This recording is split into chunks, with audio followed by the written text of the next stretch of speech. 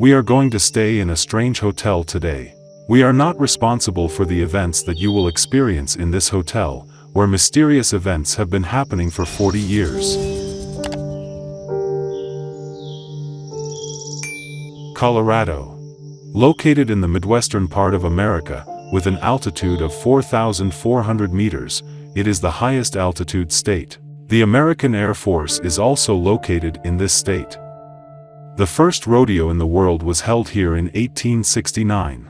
Cheeseburger, which most people eat with pleasure, appeared in Colorado. For this reason, this settlement discovered by Spanish explorers was given the name Colorado, which means red in Spanish.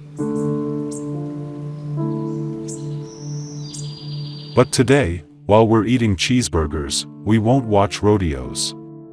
And we're not going to visit the U.S. Air Force.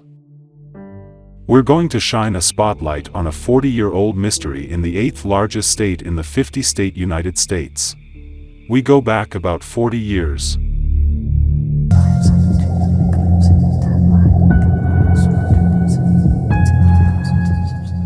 We're at the hotel that inspired a Stanley Kubrick film, The Shining, which is among the films most appreciated by film critics in the history of the world's cinema.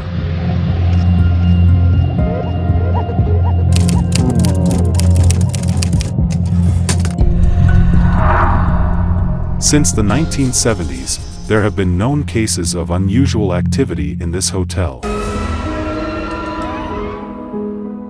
Stephen King, who spent a night at this hotel, decided to write a novel based on his experiences.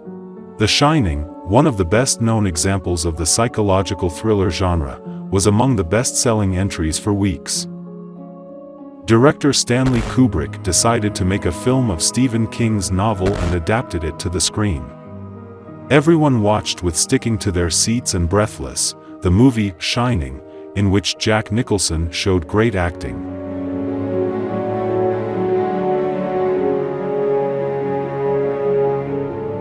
The name of the hotel that is the subject of books and movies, where Stephen King also stayed for a few days, is the Stanley Hotel. This hotel, hang tight, it's famous for its ghosts. We don't know if you're afraid of ghosts, but researchers do say that some non-human beings, some energy condensates, move freely between us.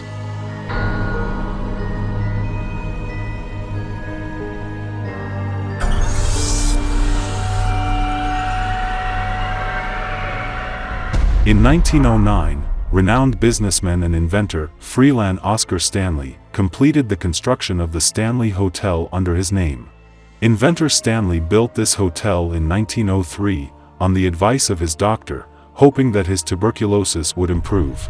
Inventor Stanley chose Colorado, a country in the western United States, which had clean, mountain air. On his journey to Estes Park on the advice of his doctor, Stanley fell in love with the region and promised himself he would come here every summer. Inventor Stanley, he was wealthy. He built the hotel on land he bought from the Earl of Dunraven, an Irish nobleman.